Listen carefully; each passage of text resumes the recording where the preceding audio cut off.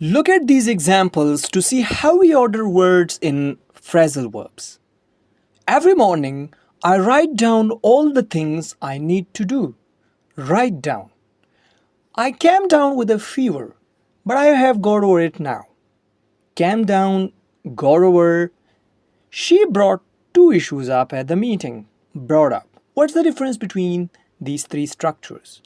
In the last one, you can see in between brought up, there are two other words. In the first two, both are together. Write down, came down, got over. But in the third one, brought two issues up. Do you know how to put words in the right order when using phrasal verbs? Hey everyone, welcome to the Sapient Academia. In today's lecture, you will learn the right order of using phrasal verbs. So stay tuned with us and go through the video. Phrasal verbs are made of a verb plus one or two particles. So you must remember it that in phrasal verb there are going to be verbs plus one or two particles. Consider these sentences. My cat wakes me up every morning. Wakes me up, wake up. In wake up you can see there is a verb wake and a particle up. The noise is terrible.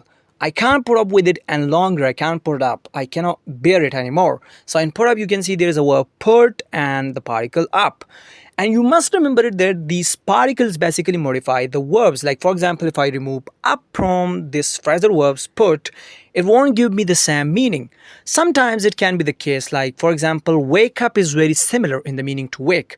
But go through these structures, you will come to know that how phrasal verbs basically work. I brought my children. So brought is the past tense verb of bring. I brought my children. Here we're talking about transport. Transport to the place where you are. But if I say I brought my children up, I use up with it.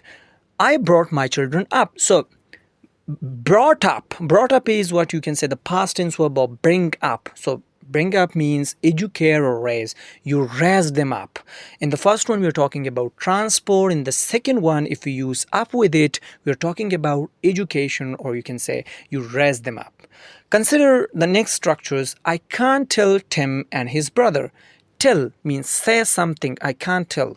But if I add apart with him, tell apart. So it gives me a different meaning. I can't tell Tim and his brother apart. Tell apart. Tell apart means be able to differentiate between two things or people. So in terms of the words, just simple verb and phrasal verb, it gives us different sort of meanings. That is why you must have to learn phrasal verbs. Sometimes phrasal verbs can be used separable, while sometimes it can't. What's the reason behind it? So in terms of word order, there are two types of phrasal verbs: separable and inseparable. Separable phrasal verbs are transitive. You must remember it that separable phrasal verbs are transitive. They take a direct object. Look at this sentence. She took the rubbish out. So in between the took out, we have added the object, the rubbish. Why? Because took out is a transitive phrasal verbs. She took out. Took out what?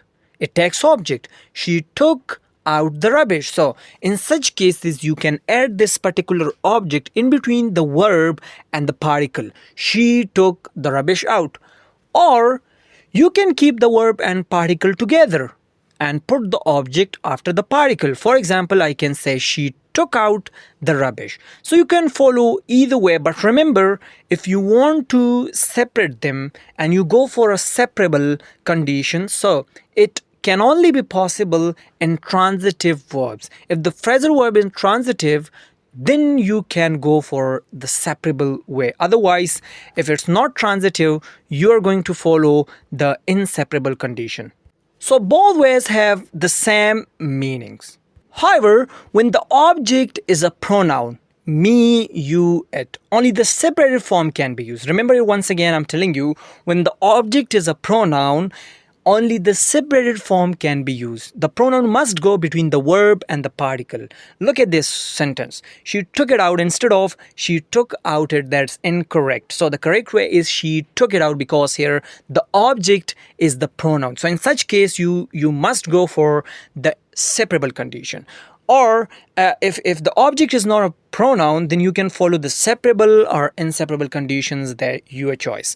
Even though the separated and unseparated forms both are grammatically correct, except when pronouns are used. That is clear. When pronouns are used, you must follow the separated form.